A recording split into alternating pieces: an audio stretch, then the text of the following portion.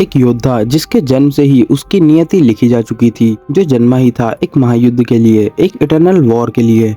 एक योद्धा जो हमेशा से ही योग्य था, न सिर्फ महिष्मति के साम्राज्य पर राज करने के लिए, बल्कि जो योग्य था पूरे इंद्रलोक पर राज करने के लिए। उसकी करुणा, उसका विशाल हृदय ये दर्शाता था कि उसका जन्म ही किसी बड़े उद्देश्य के लिए हुआ है। और आज हम जानेंगे कि कैसे बाहुबली इटरनल वॉर में पार्ट लेगा और क्यों इंद्र बाहुबली को मारना चाहता है।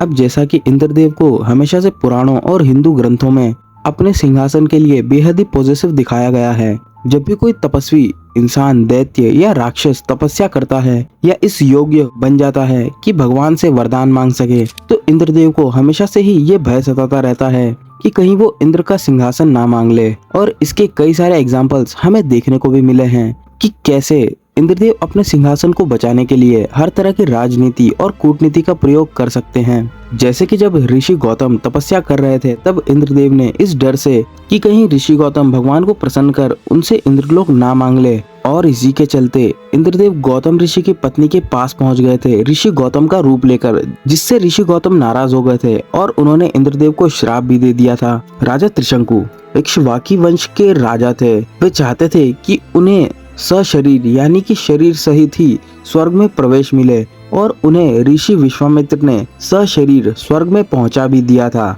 लेकिन इंद्र ने उन्हें अंदर आने से मना कर दिया और उन्हें गिरा दिया और कहा, स्वर्ग के नियम किसी एक मानव के लिए नहीं बदले जा सकते, ये प्रकृति के नियम के विरुद्ध है। लेकिन विश्वामित्र ने अपनी तपस्या से त्रिशंकु जब नीचे गिर रहे थे, तब बीच में ही त्रिशंकु के लिए एक नए स्वर्ग की रचना कर दी थी। इसके बाद भी इंद्र ने देवताओं को भेजकर विश्वामित्र के यज्ञ को तोड़ने की कोशिश की थी।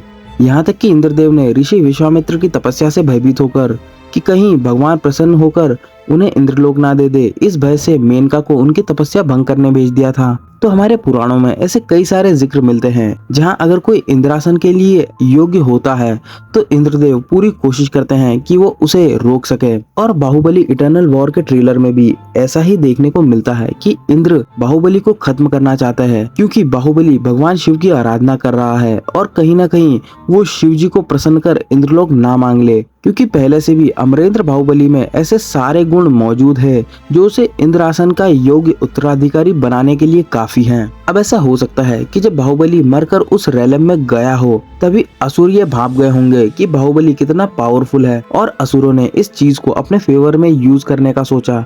जैसा कि हम जानते हैं कि असुर कितने मैनिपुलेटिव होते हैं, और जैसा कि पुराणों और ग्रंथों में भी उन्हें मैनिपुलेटिव दिखाया गया है, ऐसा हो सकता है कि असुरों ने पुरानी सारी बातें बताकर और पुराणों के ये किस्से सुनाकर बाहुबली को अपने साथ कर लिया हो। इसीलिए यहाँ ये राक्षस बाहुबली को प्रोटेक्ट करने के लिए लड़ रहा है। अब ऐसा भी हो सकता है कि जितने भी कैरेक्टर्स की बाहुबली मूवी में डेथ हुई है, वो भी हमें इटर्नल वॉर में देखने को मिल सकते हैं। जैसे कि शिवगामी, क्योंकि उसे जो गिल्ड था, ऐसा हो सकता है उस रेलम में जाकर वो बाहुबली से माफी मांगे और हमें माँ बेटे का एक इमोशनल रियूनियन देखने को मिले। और इसके भी हाई चांसेस है कि हमें उस रेलम में विक्रम देव और उनकी पत्नी यानी कि बाहुबली के असली माँ बाप भी देखने को मिल सकते हैं।